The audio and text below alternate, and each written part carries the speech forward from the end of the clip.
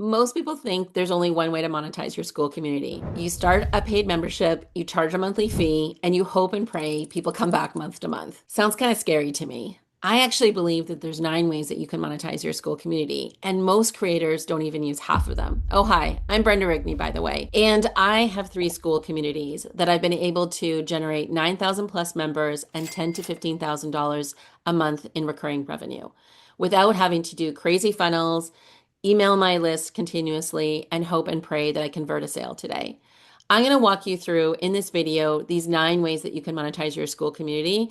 And most importantly, create them in a way that doesn't necessarily eat up your time, generate more energy from you, and burn you out in your business. Okay, you ready to get started? Here's number 1, is to actually promote your services. I think there are a lot of business owners out there that have websites and payment systems off of PayPal, Stripe, etc., writing contracts, all of those things with their clients. And what they can be doing is opening up a community on Skool and promoting their services. So let's take a bookkeeper as an example. You have your clients. Every month, you are going through their receipts, their expenses, and you're filing those. Those things can still be done off of Skool, but the whole service interaction of working with your clients, communicating with them, and even giving them tips on how they can be saving money or allocating their expenses differently through bookkeeping. But the best thing about it is that if you open up a pro plan on Skool, which is the $99 a month plan, you'll actually get way better savings on the payment transactions.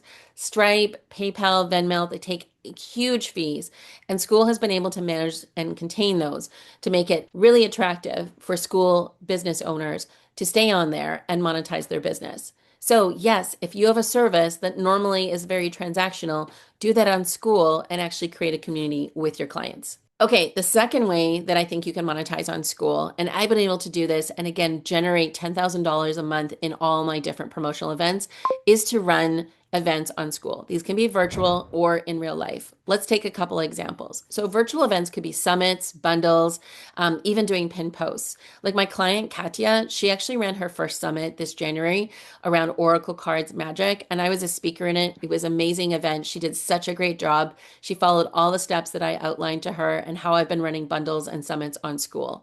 I'm able to generate $10,000 in ad promotions from my sponsors that are speakers in those events that I put into my ad campaigns that bring more members into my free communities. Then as a result, I'm able to upsell them into paid offers or into premium tiers in my communities. So it's a really exciting way to be able to generate revenue and give back to those free community members that are joining all the time. You can also be doing in real life events, which I'm planning on doing in major cities where a lot of my members are residing in. I want to come visit them and be able to show them how they can monetize their Skool communities this year. So I'm excited to do that. And then the other way that you can be selling promotions on Skool is even doing pinned posts. So for me, some of my communities are around 4,000 members, 5,000 plus members. So what I've shared with some of my members, if they have a freebie or a paid offer that they want to like basically rent a pin post for me, I can charge them $250, $500 for 24 hours, 48 hours, or for like 7 days and have their pin post up. What a great way for them to get the recognition, the notoriety around their offers, but also for me to generate revenue from that. So these are just some examples of how you can be using your community and selling promotions. Okay, the next 3 are these jobs that I'm starting to see come up on Skool. The first one is a community consultant.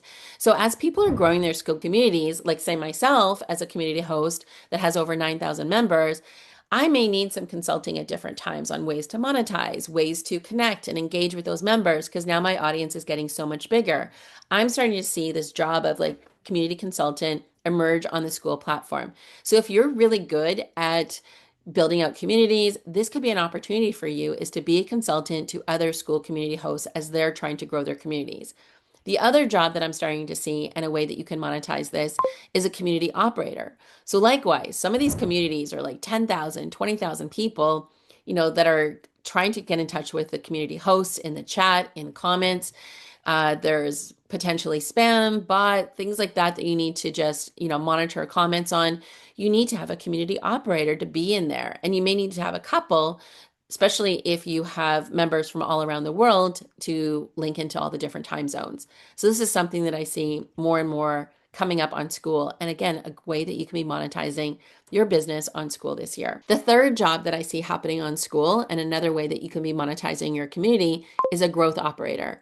So likewise, when Skool community hosts have figured out how to grow their community, there are also Skool community hosts that are struggling with that. Maybe they're better at nurturing or engaging their audience and teaching and coaching, but when it comes to driving sales and growing their community, it's not something that they're strong at. So just like hiring somebody for your sales team, you can hire a growth operator that knows Skool, knows all the ins and outs, and how to connect in with people, and how to help you as a Skool community host become more visible. So this is something that I see coming up over and over again. So if you are somebody that's really strong in driving sales, why not market yourself as a service to become a growth operator for another Skool community host? Okay, here's number 6 as far as 9 ways that you can monetize your Skool community. And I also think it's completely overlooked. It's affiliate marketing. So a lot of us are familiar with affiliate marketing when it comes to like multi-level networking. And when people were first starting to come to Skool, one of the big ways that you could actually make money was to use the Skool affiliate marketing link, where you could tell other people in your communities that you were now on Skool and that they could start up their Skool community and get it free for the first 14 days. Well, that was really good because I sold quite a few of those when I first started on Skool. But now that they've introduced the hobby plan at $9 a month versus the pro plan at $99 a month, the affiliate marketing bonus isn't really that strong. But last year in 2025, they enabled affiliate marketing for all communities to be able to put in place. You could give your members 10%, 20%. I tend to go to 50% because I actually think this is a big draw.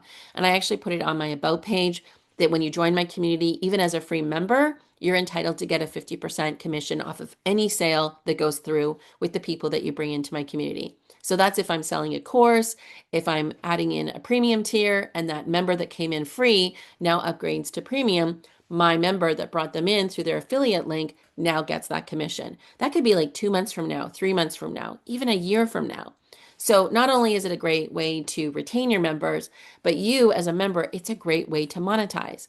So how is this now becoming one of those 9 ways that you can monetize your Skool community?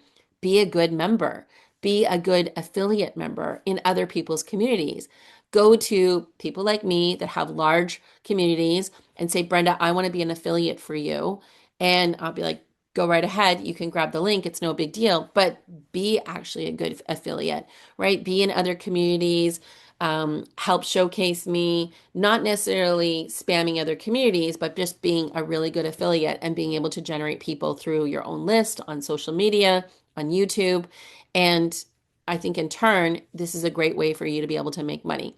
There's been some communities that I've been a part of that I've been able to generate $600, $900 of monthly recurring revenue through my affiliate link. So this is a really cool thing.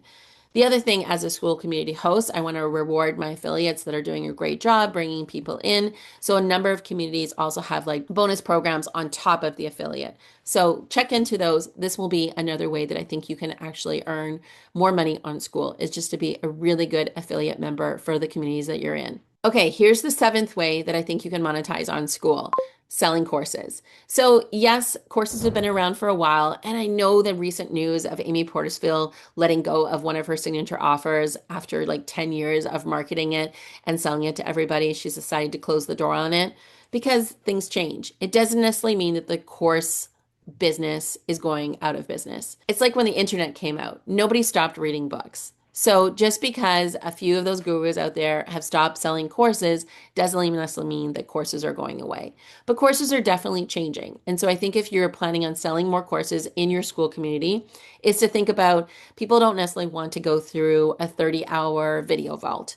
So how can you trim back to those videos to be more like hook, engaging content, quick snippets that people are going to consume on rapid fire and get through like 10 videos over an hour versus 10 hours of videos. So I think it's just a matter of looking at what does your audience need and how can you create courses that actually work. I've been able to monetize a lot of the courses in my free community by just even charging them at $9, $17, $27. It allows me to see where the buying behavior is from my community members, and it informs me whether or not this community is ready to up level to a premium tier. And so by selling courses, I still think that that's another way that you can be monetizing your Skool community. Okay, we're on the home stretch. Here's the obvious one. Number 8, is having a paid community. So starting off maybe with the freemium model, since school introduced tiers in the fall, you're now able to have a free community to start. And then when you get members coming in, you can decide whether that's at 50 members, 100 members, 200 members, when they're really engaged, to launch a premium level and then eventually a VIP level.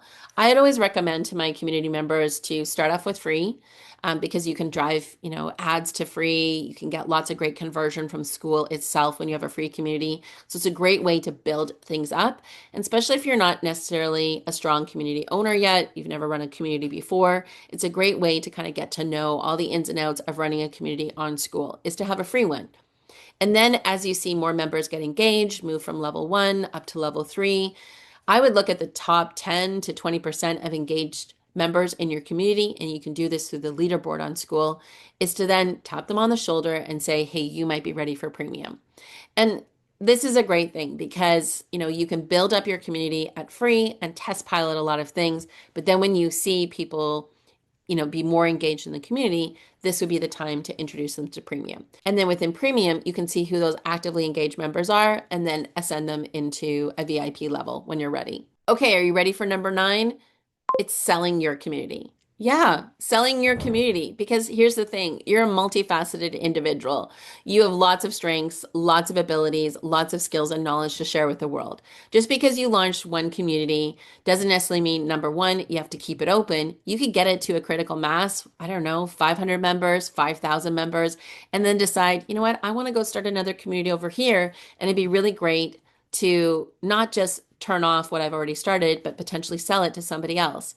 This could be somebody that, isn't really that strong in lead generation, just wants to work with a nurtured, engaged community. This could be a perfect opportunity for one of your members to actually ascend into a higher level of community leadership by buying your community. So yes, people sell school communities all the time. It's like selling an email list, selling any type of business. This is a great opportunity for you to also monetize on school. So think about that as well. What is your long-term game plan? And is there a possibility that you could sell everything that you've built? So my answer to that question is obviously yes. Okay, here's a quick run through on the 9 things that we talked about. Number 1, you can pitch your services.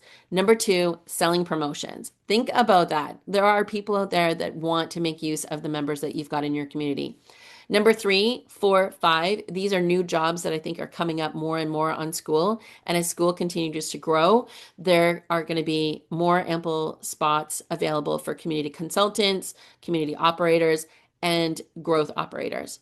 Okay, number 6, the one that I said is most overlooked, is affiliate marketing. We think, oh, I'm not really that good. I was never in multi-level marketing. Go for it. I think there's a lot of opportunity to make money as a great affiliate. Number 7 is all about selling courses. Still keep doing it. Don't get dissuaded the fact that courses don't sell. They absolutely do sell if you've got an engaged community. Number 8 is all about moving from a free community to a paid community and embracing that freemium model. And then number 9 is selling your community. You've built it up. This is a great opportunity to sell what you've learned and to help somebody else be a great community host. So I'm hoping that some of these were a bit of a surprise and have got you thinking differently about how you're going to monetize your school community this year in 2026. If you have any questions, you want to learn more about this, I want to direct you to the Aligned AF community. That's the first link that you'll see in the captions below. Reach out to me. Let's talk about how we can grow your school community in 2026. We'll see you soon.